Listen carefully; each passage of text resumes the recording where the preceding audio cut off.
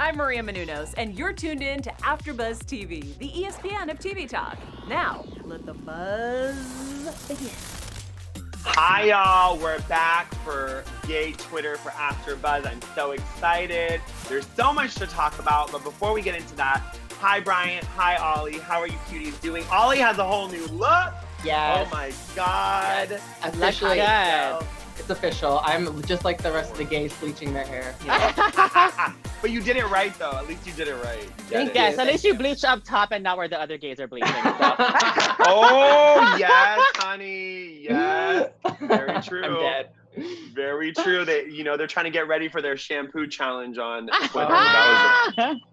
That was a weird thing. If you guys didn't hear about that, it was a lot of men getting hard and putting shampoo bottles on their junk. I was like, these people are getting thirstier than the day is long, but here we are. It's fine. We have so much to talk about. We're going to go. It's going to get deep. It's going to get shallow. It's going to get deep again. We have so much to get into. That's how we always are, though. We just have to kind of stay true to that. So our first topic is the Black, gay, and conflicted in an age of coronavirus and all of this one person's account of how they were feeling during Corona. We're also going to talk about Love, Victor, which is the new Hulu series that's based off of Love, Simon. I can't wait to talk all about that. We also have this fabulous movie called Sublet. My computer is not cooperating. It's a filmmaker, Ethan Fox's debut film. It's about an older guy dating a younger guy after getting cheated on. Or like kind of having a horrible relationship, not getting cheated on, but then kind of finding this younger guy. So we'll get into that. We're going to talk about whether or not we should cancel Perez Hilton because he's acting a fool on TikTok. I have seen this literally with my own eyes. He is acting a fool. So we're going to talk about that. We can't forget about the iconic Jeff Goldblum guest appearance on RuPaul's Drag Race. I'm sure Ollie and them broke it down very nicely in the after show, all about how crazy he is. We're going to talk about that. We're also going to get into Ollie's Read All About Him segment. We have a really great topic to get into. Again, it's TikTok. We have a lot of TikTok drama today, so just go along for the ride. And then we can't forget about my cutie friend Brian's Pop Diva dish. We're doing, is it Doja Cat or Doa Cat? How do you say her name? I think it's Doja, right? Doja Cat. Doja Cat? Doja Cat. Doja Cat. Doja. She's all over TikTok. Again, a TikTok thing, but she's also a little problematic. We're going to dig up some 2015 tweets and we're going to really get into it. This is my disclaimer to famous people. Go through your Twitter feed and delete. Delete. Because There's you an never app know. that does it for you. I have that on mine. Yeah. What? What do you mean it deletes it what? deletes like past 60 days or something, or 90 days. Like it'll just automatically delete everything after 90 days. So I have that. So you're not gonna clock me. So it's like Grindr, lost all chat. Like, you know. I love that. No, I need that because I had to go back and delete a 4-year-old tweet that was very problematic. So you have to watch yourself, people. But yeah, before we jump all into that, I just want to know how you guys are doing. How is quarantine? What's going on? How are you all feeling? Good. The usual, staying home and living life and not going to hookups because you better not be any of you. It's hard. We are the 3 thirstiest people at AfterBuzz. If we can do it, you could do it. Like, come on. Yeah. What about you, Ollie? Literally thirsty, and also yes, I'm also very thirsty for the men, especially just seeing Twitter. I know this is gay Twitter, but I'm like, I gotta stay off gay Twitter because I'm seeing all these fine men, and it's like, stop retweeting. You know how the people you follow, you see what they like, and then I'm like, ooh, who is this? Who's this? So, very, very thirsty, but I there's ways to combat the thirst. You and I, we all know this. We have our sites, but it's all good. I got myself a Calvin. It's not a man, so just use your imagination. So I am very happy. Thank you, Amazon Prime, for discreet shipping. We appreciate you. And here we are. So I'm happy you guys are doing well, and Ollie is looking delicious, honey. You look like a starburst. You look adorable. Oh, thank you. I love that. Happy. It's Mean Girls' 16th anniversary today. Yeah. Oh my God. Why didn't we wear pink? Oh my gosh. Oops. You wore pink. I totally forgot. I just found out. And now, don't drag me because it's not Wednesday. It's fine. So don't drag me. It's okay. It's all good. I was gonna say, is it Wednesday? And then I was like, I don't even know what day it is anymore. So it's fine. But yeah, you can sit with us. We're friendly. We're the friendly gays at school. You can sit with us. Right. So speaking about friendliness and not really being friendly, so this guy wrote like kind of like an expose about being Black and gay during kind of the coronavirus and all that's going down. So if you, again, some people might come for me, but the fact is these are numbers that are really out there. Black people, people of color are dying at a higher rate of COVID-19, whether it's like they're not able to afford the medications or they're not able to stay at the hospital long enough. I don't know what it really, I don't have that information. But what I know is that being a person of color, being Black in this country is obviously, once again, during this coronavirus, a lot worse than it was even before. So he really got into it. He talked about, again, being a queer Black man and how other white gay men use privilege. Like we had that, senator who was in Puerto Vallarta at his home with a bunch of gays, of course, all white gays using their privilege. They're not social distancing and complaining about being bored. So I just love that he kind of got into it and was just like, stop using your privilege. Like celebrities, again, also same thing, gay celebrities. Oh, I'm so bored. It's like being bored is a privilege. So I love that he kind of like called everyone out, and it was done in a very delicate, nice way. I wouldn't have been as nice. But what did you think about that, Bryant? What were your thoughts? It was definitely an interesting perspective. And we talked about it before on the show about the parallel to the AIDS pandemic, as well in the 80s and 90s, of how people of color, and especially Black people, like you mentioned, don't have access to this certain medications or whatever the case may be, certain healthcare. Right. So it definitely makes it harder for them. And they're already going through that outside of this pandemic. So obviously it's 5,000 times worse now, so it's super hard to see. And I just wish that there's some kind of way that, of course, we don't have that with this administration, obviously, but I feel like if we had a different administration or different people in charge, or people in charge now, they should just step up and try and help those people that can't help themselves, because obviously, like we mentioned, there's so many people with white privilege, white gays, all these different people that are using their privilege to their advantage, and they're not taking this seriously. But the people who are taking this seriously are like feeling it the most, and they're hurting the most. So I just wish that there was a way for us to help them and everyone just to get better through all this craziness. Absolutely. Well said. Ollie? Yeah, there's just I really enjoyed this article. Thank you for sharing it. Like there's just so much to, I don't want to spend too much time on this topic because there's just I feel like I can go on and this, there's just so much to unpack basically. But something that stood out to me was just the whole the part in the article when he was talking about how some people don't have access to face masks, so we use bandanas, for example. We're gay, we probably have bandanas, but a Black I have a whole man, closet. right, a black gay man, or even just a Black man wearing a red bandana, that is just automatically people are going to be fearful of that because of the stereotypes that Black men and people of color sometimes are stuck to, due to just racism. Try not to curse, sorry. Sure. Okay. So yeah, and then just the whole issue of all those white gays who look the same. I keep seeing memes of whenever you see that on Twitter, you see memes of all the white muscular hot gays and oh look, it's a Ryan Murphy casting call. And so I hate people. It's funny that the privileged people are complaining, and we talked about it before on the show. So, and then another topic real quick is just the fact that people of color, a lot of them are on the DL still, unfortunately. So this is another layer added on to COVID-19. And obviously, I love that the article broke it down, like Bryant mentioned, that it's not just because you're of color, it's not just because you're Black, you're going to be automatically most at risk. It's because of the economic status that a lot of people of color are unfortunately under. So it's not just because you're Black. So I feel like everyone needs to read this article and just really open their mind, especially if they're closed-minded, because I feel like you can, whoever you are, you can really get something out of this article. Absolutely. And a lot of people on gay Twitter were kind of talking about this. It's on Queer T if you want to read it. But they were also talking about the fact that even before COVID-19 in Chicago, they started saying, the mayor said people of color should wear orange face masks. It's so cold there, it's negative, because people that were Black men that were wearing black ski masks were getting arrested for crimes that they had not done. They were just going to work. So I think it's really important, even with the mask, to realize that people are scared of coronavirus, but they're also really scared of Black men.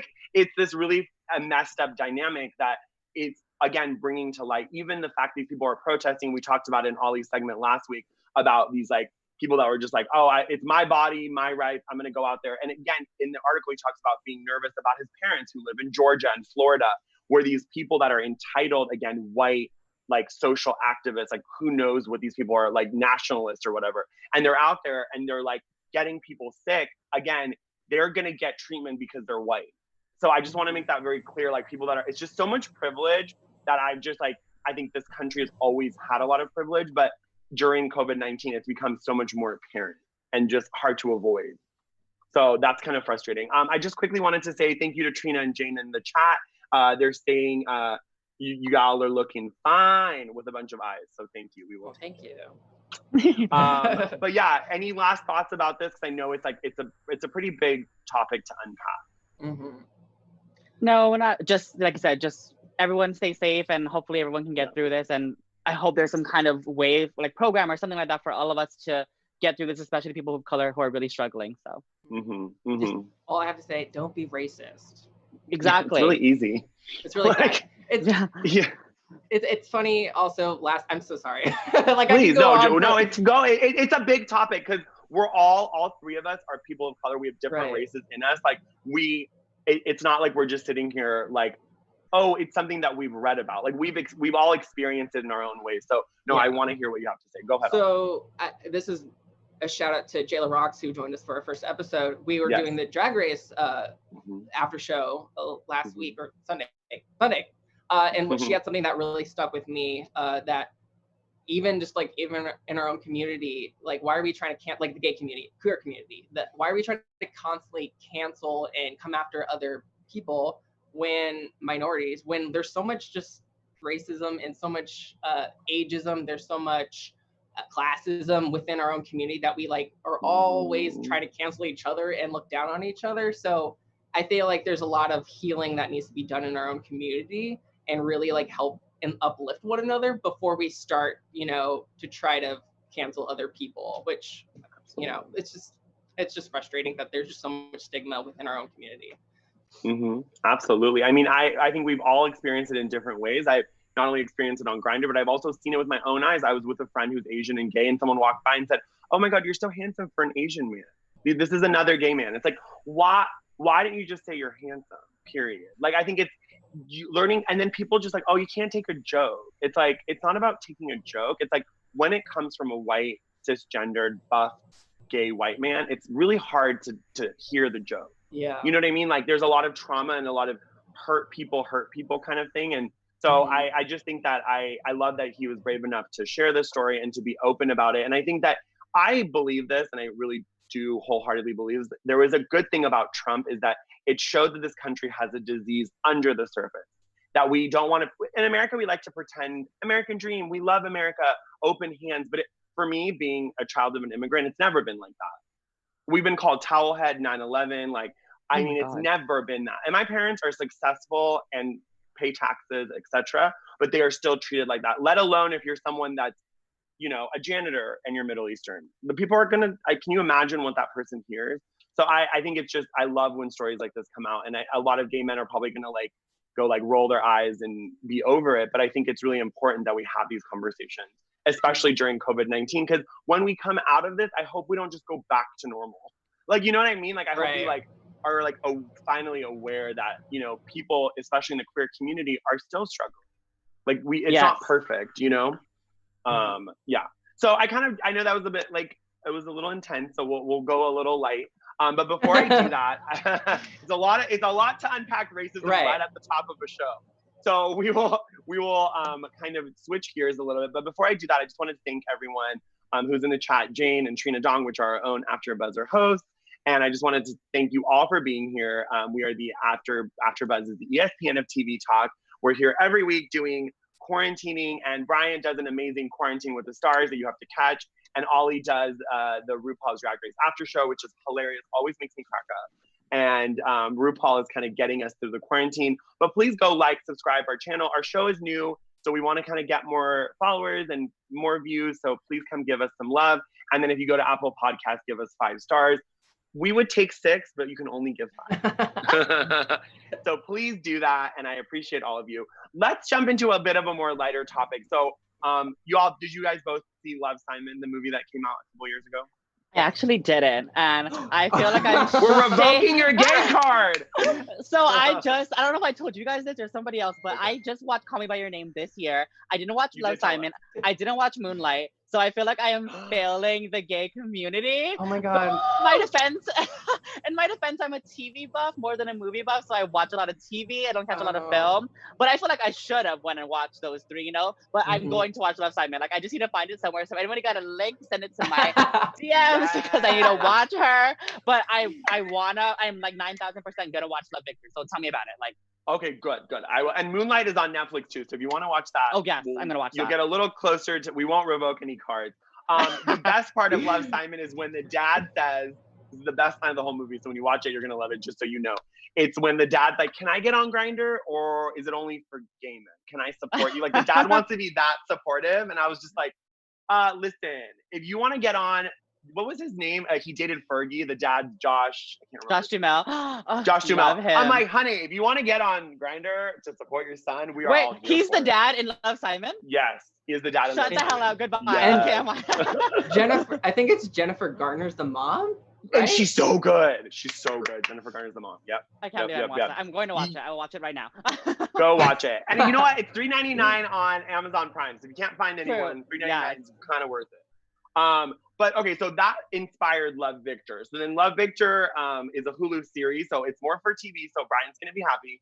And basically it follows kind of like this whole like awkward kid, which is kind of like Love, Simon, kind of finding his sexuality, is trying to get a job, like the teaser, he's trying to get a job at a coffee shop, and the guy that he likes is literally packed, and we had that coffee machine at our house. So I have packed it before, and I'm always like, this is really sexual. So then when I saw him pack it, I was like, so now my coffee machine's giving me a hard on. So it's really, but what did you guys think of the teaser? Are you gonna watch, or what's the vibe? Well, Brian, I recommend Moonlight way more than Love, Simon. Personally, it's so more layered. More type of my movie. I feel like it's a little bit more realistic. Obviously, like shout out to Love, Simon. I didn't really care for it. I thought it was cute, just like for allies and queer youth to be able to like grow up with this film. Obviously, like I didn't have that when I was, a teenager and whatnot. It's definitely feel good. Like it's family friendly. And I just didn't really connect with the story. Like not personally, not bad, but I hope in this, I don't know if I'm gonna watch it. If you guys watch it, let me know, because I would love to see. I'm interested. Yeah. Right off the bat, my first instinct is like, well, I hope that there's some kind of themes, maybe if it's not in this particular show, but more queer storylines and queer media, that there's more stories and themes of kind of like self-empowerment rather than always trying to find love. That's just my own personal view. I feel like that would help a lot of queer youth, because I feel like a lot of queer youth just want, obviously we want acceptance growing up, but I think that's really important. But I think that acceptance kind of leads to like a relationship. Like I always felt really lonely growing up because I saw my friends were dating and I wanted that. Exactly. But honestly, I felt like I needed empowerment. I needed like a figure or some kind of group to help empower me other than my friends, just something. Like I hope that maybe it's not in this, like I said, but maybe more queer, I don't know, storylines can kind of have that self-acceptance. There's nothing wrong with being single. I feel like there's a stigma about being single, I feel like still to this day in 2020. So hopefully, I think that would really help a lot of queer youth and queer adults even. Absolutely. Definitely. I want to watch it actually like kind of for the opposite reason, Ollie. Like I want to watch it like for a love story, because like I like the reason I love TV is because I get so invested in characters, and so I can get behind a straight relationship so much. And when there's a gay relationship, I'm like 9,000% on board. So like I was obsessed with 911 Lone Star because there were two smoking hot guys like in a relationship, so good. So that's what I want to see. Like I hope they're like so hot and they're just going at it. I mean, I know this is Hulu, it's not HBO, but I think you're looking for Pornhub, not Hulu. I don't know what's going on, but I love it. And Trina Dong is funny, Brian. She's saying this is the second show of the week that Brian has been torn up for not seeing Love Simon. Okay, yes, it was on our Anatomy of a Movie when I told her. I was like, I'm so funny. sorry, I haven't watched that. That's hilarious. That's amazing. But it's okay. You'll get a chance to watch it. And I just want to go back to what Ollie said that was really interesting, because I remember before I came out, I actually literally came out of my mouth. I was like, I'm only going to come out when I have a boyfriend. There's this idea that like in the queer community, coming out has to be tied to someone else, or it has to be tied to sex. Like, I don't know when you guys came out, but a lot of times when I came out, people would, the next question was like, it was never like, how was that holding that secret, being in the closet, was it painful? It was always like, are you a top or bottom? Have you hooked up with anyone? Like, it seems like with gay men, everything's always sexualized, which is fine because like, I get it, two men, we get horny, I get it. But at the same time, it also takes away from that queer experience. Like you lose, like even the episode, like it's so queer baiting. It's like, I love that teaser, it was fun, like him, but nothing about that was like, oh my God, like they're gonna fall in love. It was like, it was all about sex, his forearm, like hacking the coffee, which again, I enjoy that, but it also like, is that all we're good for? You know what I mean? Like, what's the very, deeper, very true. Like, I hope they get deeper. I hope there's like, I hope he has like a trans friend. I hope there's a person of color on the show. Like, I hope there's someone that's like struggling with something more than just being gay, because I feel like that's not enough anymore. Right.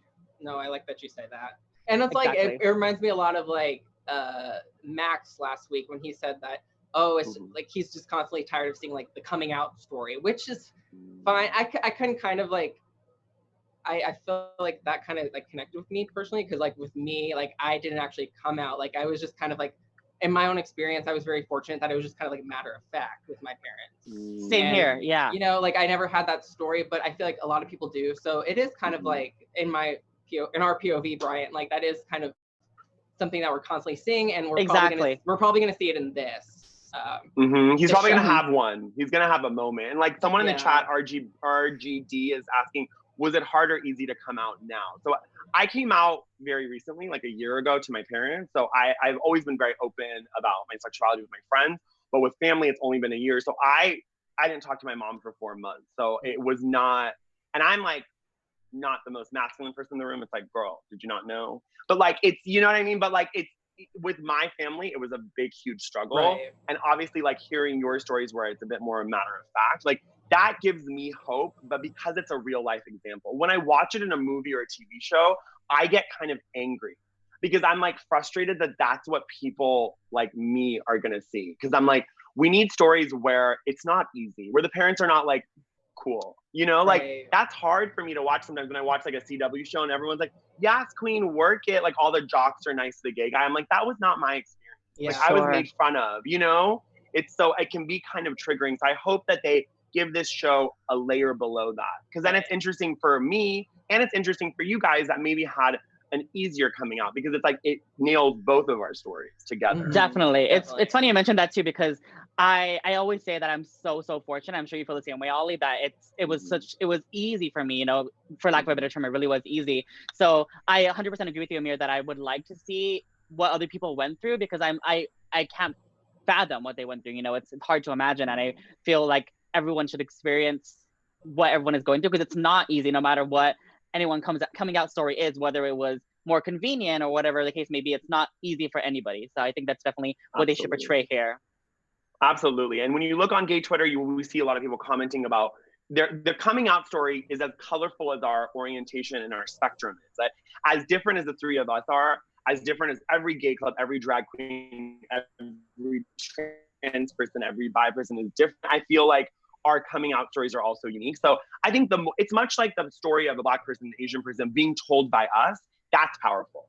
So as long as we're telling our stories and each of us continue to take up space, I think that domino effect will like eventually hit the office of like Stephen Leventhal or something in Hollywood. You know what I mean? Like it'll eventually knock some doors down. At least I hope. So I think that, okay, so there's no one in the live chat. Let's move on to, okay, so let's be a little shady. Now that we've kind of really given you guys some great tea, let's give you something a little shady. So Perez Hilton, if you go on his TikTok, if you don't know who Perez Hilton is, he started at a coffee bean on Sunset Boulevard. If you don't know, he's shady as F. So he would literally put cum stains on celebrities' faces. He would out people regularly that were gay. I mean, it was some really messed up things. He apologized for all of that, okay? We forgave him. He adopted 2 kids, had a surrogate, had a husband, whatever. We are like, okay, we're forgiving you. And then he got on TikTok and he started fat shaming people. He started calling people out. He started outing people for, like, he outed Tom Daley, who's a diver, for kissing a 16-year-old.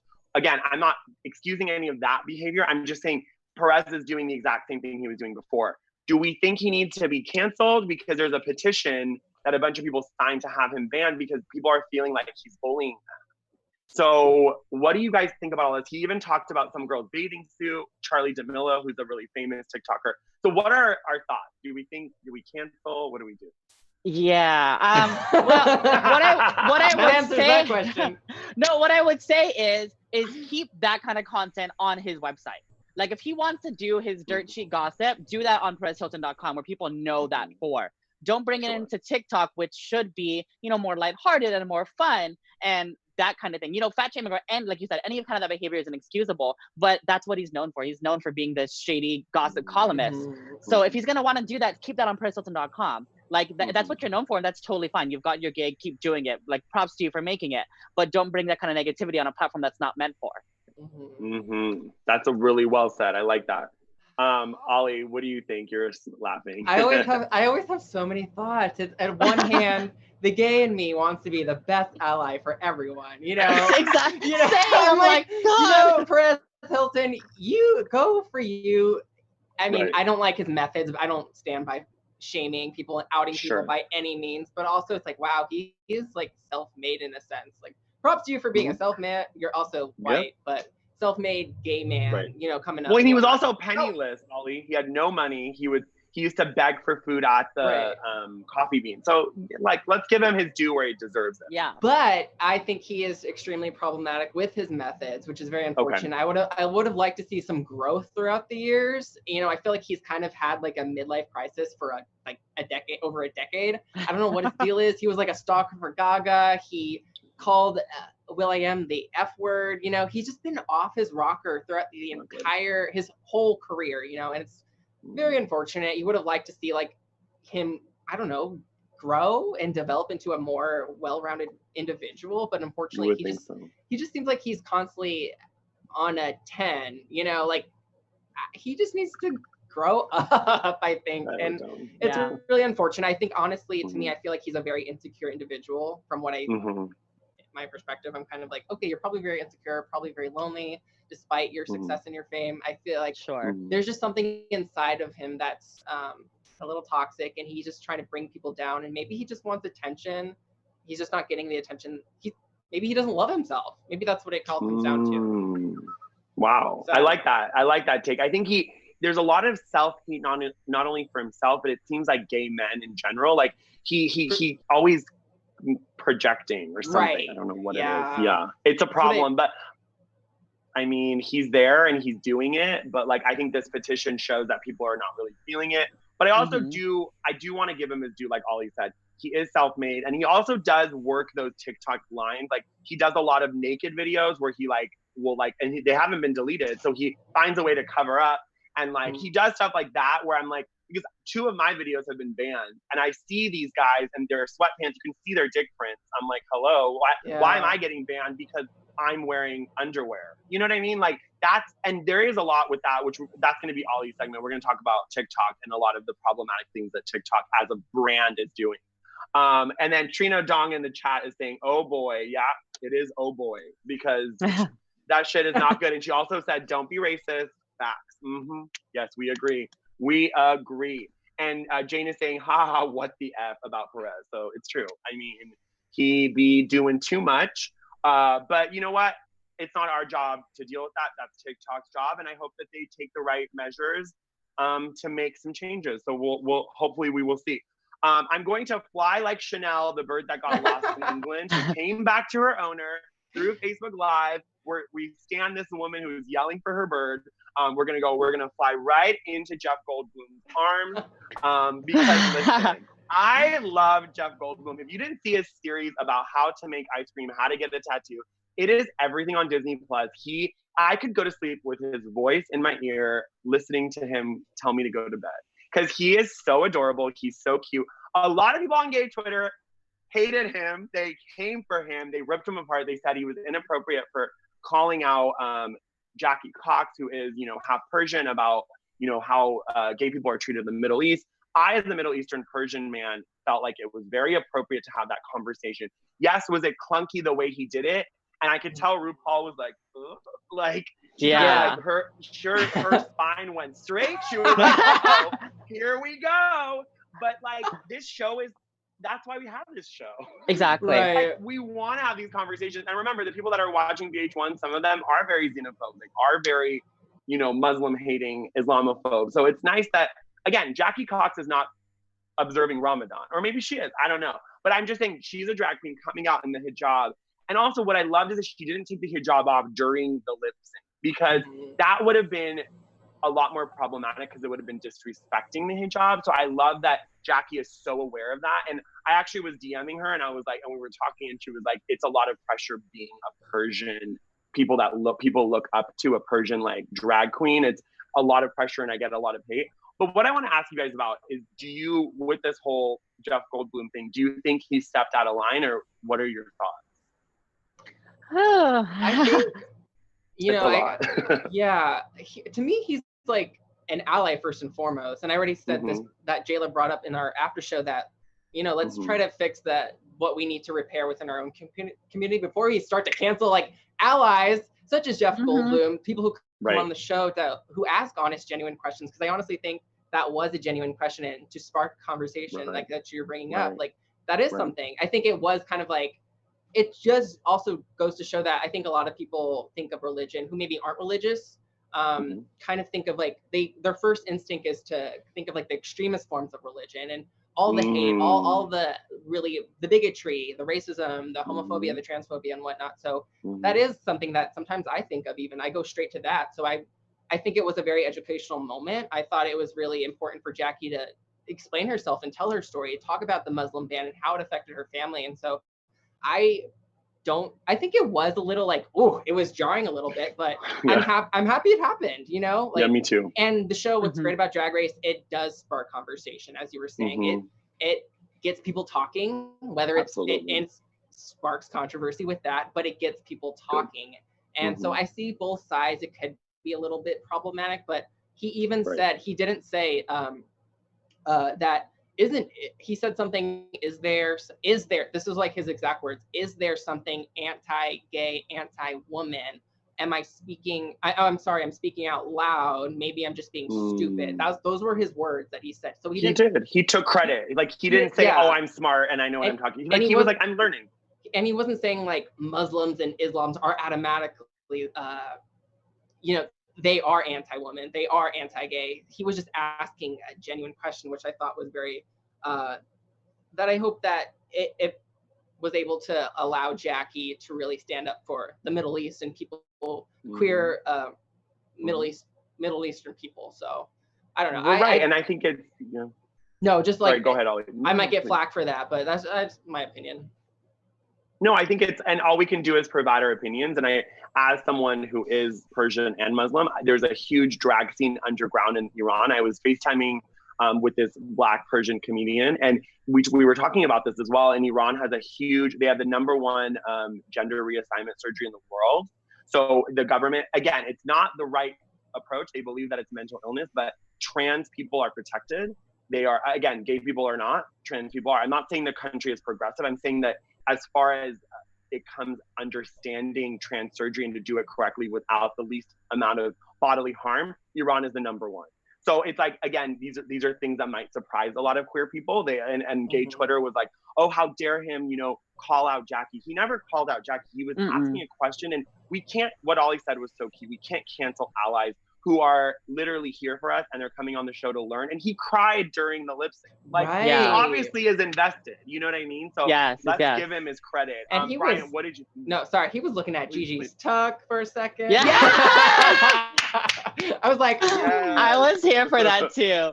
But honestly, no, like just echoing exactly what you guys said, and what I really wanted to get your perspective on here, being of that group. And if you had that opinion that you wouldn't cancel him, then I wouldn't either, you know. It, like you said, it might have been an approach, but I think he was doing the best he possibly could. Like, he was really trying to navigate that water and say it in a way where he didn't feel like he was going to get canceled, because I feel like he wanted to bring it up so badly, but he was scared for that exact reason to get canceled, you know. Right. So I feel like he just went for it and he tried his best, and like you said, he cried over it, and he was obviously so passionate about hearing Jackie's story and hearing what she had to say, and I think that was really, really great that they portrayed that on the show. So absolutely. I just wish he would have come into Untucked or something, so we could have maybe had that conversation longer or something. I feel like that was missing. I think the producers were like, we're not doing that. Like, we can't get into this topic. And which I think, like, Ollie, you mentioned such a great point. You're like, he's just there to learn. And even with the tucking, like, I just feel like Jeff Goldblum as a person is a little awkward, but it's kind of fun. Like, he was like, how does it work? Like, the tape, the dick, like, I don't know. Like, you know, and like, you could tell RuPaul was like, we need to move on. Like, she was kind of trying to just like move it along. And he was quite interested. So I hope that he can do, like, I don't know, an interview with them, or like, I want to hear more from Jeff Goldblum about this. Maybe he's on the podcast, the What's the Tea podcast that Ru does. Ooh, yes, I would love that. That would be really cool, just to hear like what his thought process was. Yeah, and I'm sure he got a lot of hate for that as well. Yeah, unfortunately. But that's a bummer. We love you, Daddy Goldblum. We still love you. We stand you, Daddy. Oh God, he's the best. Him eating that ice cream cone on the show, like we were talking about how to make ice cream, was everything. If you guys haven't seen that, go watch it. The ice cream's melting all over his hand. I mean, I can't get into it. We need to move on before I become inappropriate. Ollie, tell me a little bit about this TikTok drama and what's going on this TikTok world. We've all seen it firsthand. Wow. Let's hear it. Okay, so this is very frustrating. You mentioned it before that there's a lot of really interesting ways that TikTok is kind of handling some of their content creators. There's people, a lot of like you, Amir, whose stuff is being taken down, and it's not even problematic, or there's no real actual nudity, there's no sex, there's nothing wrong, but there's a lot of just queer people's content being taken down in general. And it's funny because I see lots of like racist TikToks. I see lots of very questionable TikToks, just like I believe their name is Chase and Hunter. So these are two TikTokers that Amir actually sent me that I didn't know, because I try to stay off TikTok because of this reason, because I have a TikTok, but I just can't get into it. There's funny TikToks, but there's a lot of 90% of TikToks are trash. I said it. You're right. You're right. Me and Brian are part of the 10%. We're part Thank you for my content. It's just so frustrating because there's these two guys and they are straight and they are doing lots of video or TikToks queer baiting people, and there's a lot of queer followers. There's a lot of girls that like this. They think they're a couple, and it's just really interesting because they're straight and all their content is very questionable. They have their shirts off. They're being sexual, and they're not the only ones. So I just want to know your guys' take on queer baiting in TikTok, and even like this is like also in Instagram. I see a lot of queer content starting to be taken down on Instagram, and there's the straight guys who are being nude. Nothing wrong with nudity, but they're being sexual, and their stuff isn't taken down because they're white and they're straight, and you know, it's just something that is very questionable from some of the social media outlets. So I just want to know your guys' take on this, because I am not here for queer baiting. I don't like it. The only queer baiting that I like is from actual queer people. So I can't get with queer baiting, and then they get mad when they say, "Oh, we're straight. Like, don't ask us this." Like, people always ask the question, "Are you guys together?" So Chase, Hunter, William, Sean, Cody, whatever your name is, I'm not here for you two. Not here for you two. And this is also for all the gays that follow them and eat this crap up. Follow actual queer people, especially queer people of color who are just like Amir and Bryant, who are making great content, who shouldn't be taken down. So your thoughts, please. Yes, Bryant, Amir, take it away. Oh, really? I have so many. It's happened to you. So it hasn't happened to me yet, which I'm like waiting for it, but it happened to you. So I want to hear what you have to say. So it's happened on both platforms. So it's happened on Instagram and it's happened to me. Never on Twitter. I love Twitter. They don't care about nudity. But it's Instagram and TikTok. So Instagram, I posted like a booty picture. All of my friends who are straight have done this and their pictures are still there. Mine got taken down because they said it was inappropriate. you're allowed to put butt on Instagram. So I was like really annoyed about that. And then TikTok, I was wearing like an underwear, but I guess it kind of like showed my butt cheeks a little bit. People post, literally there's guys that you can see their dick, like dick print, straight up. And I'm like, are you kidding me? And these kids are like sometimes underage as well. So I'm like, how are you not taking down these videos? And these kids literally, it's like 3 or 4 guys, they're on top of each other and they're like, oh my God, everyone keeps thinking you were gay. It's like, stop, it's not funny. Like one guy literally did it. He's like, oh, how do you know your friend's gay? Bro, do you want to see me naked when I play video games? And he's like, yeah. And he's like, we're gay. And I'm like, this isn't funny. And then it has 100,000 views. It had 1 million, like a bunch of comments. I'm like, it's like, this isn't like making fun of gay people is no longer funny. And it's just, we're not the butt of the joke anymore, bitch. We're producing the content. So like, stop making us the butt of the joke. That's what I'm like not here for. And I love people like Yashar Ali, who is Chrissy Teigen's like really good friend. He's a gay Twitter, like verified, great guy. He's the one that called them out. He's like, those of you who aren't on TikTok don't know about this trend where straight guys post homoerotic content for attention and likes. And they do that because us gays are thirsty. It's quarantine. We're dyeing our hair. Ollie, this is not directed at you. I promise you look gorgeous. But a lot of gay guys are like, we're stuck. And I get it. Like this content, I even fall. Like I had to go unlike a bunch of stuff because I was like, these people are problematic. You know, like you in the moment you're like hot, and then you're like, oh shit, like this person. Seriously, that's literally me. It could be the dumbest thing ever, and I'm like, you're like, bitch. Heart. It's true though. Like we can't help get caught up. I read an article from Guardian that talks about how they were blocking this LGBT content. And it's because the company is based in Shanghai. They just opened an office in LA. So I hope that being in the US, they realize that US content, you cannot use the same Chinese standards on us. We're way farther in the LGBTQ movement. You should, like a lot of drag queen content is getting blocked. RuPaul stuff gets blocked. I'm like, this is not appropriate because our content is like, it's fun. Like this platform is supposed to be fun. So I just don't think it's right that, I don't know, we're not like able to get away with it. Bottom line, it should be inclusive. Why is it not inclusive? Yeah. Right. I feel that. And there's a trend where it's getting better because they got called out. But like a year ago, like I had friends who were queer that were on TikTok and they're like, you post anything that says gay, delete. You talk about Grindr, delete. Like they were really aggressively going after it. So it was kind of a bummer, but you know what? We have more bad news. We're just gonna keep piling it on. Doja Cat had made some kind of, you know, homophobic tweets and comments. And the problem is she then defended them. So Bryant, want to take that away for your Bryant's Pop Diva dish, which feels like a little bit of a read now. It's a Pop Diva read. Yes, I know we don't have too much time, so I'm just gonna run through it real quick. You know, I want to every single week I want to catch a Pop Diva. You know what they're up to, what they're doing. And I actually love Doja Cat myself. You know, I love the album she had. Hot Pink was amazing. Blew up the gay Twitter world. Blew up the TikTok charts. I know Ollie's a fan as well. So I guess it's kind of the same conversation as like Jeff Goldblum. You know, like we love her content, we love what she's doing, and she appears to be an ally. And maybe she's changed from those moments from before. You know, and I used to be so part of cancel culture. I used to be one of the biggest people who did it, but I thought a lot about it, and there's so many people who can change. Like change is such a real thing, and so maybe Doja is one of those people, and I really hope she is. So she's our Pop Diva dish for this week. I love her personally, and I am forgiving those comments that she made in the past. What do you guys thought, Ollie? It sucks when this happens. I feel like you brought up Amir in the beginning, delete your stuff, but also well, first off, she defended them. But then she kept deleting her tweets. And then finally she said like, no one deserves to be like, yada, yada, this. And then she deleted that. So I think she's also very young. And that was like 5 years ago. And I would like to think that she did kind of realize she needs to right her wrong and realize like, oh, that wasn't okay. No one should be discriminated against for their race, ethnicity, sexual orientation, gender. So I hope that she just learned her lesson and that those comments are not okay.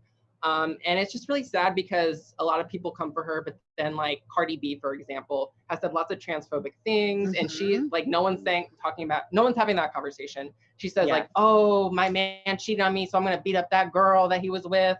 I'm like, beat up your man. Oh, don't beat him up, but you know what I'm saying? So there's Cardi B, there's like Camila Cabello, who had a bunch of racist things on her Tumblr. So there's just so much. I know we don't have a lot of time, but no, Chappelle, Dave Chappelle, the whole, you know, he did a whole shtick about trans Right. people. He thought it was so funny, and he kept saying, "Oh, the trans person didn't mind. I can say tranny," and it's like, no, Right. like you can't. That's one trans person. I hate when people are like, "Oh, but like Doja Cat, like most gays love her," and it's like, yeah, I understand that, but like her saying these things, because she did say the F word and she threw it around a bunch of times, and I've said it roughly 15,000 times in my life.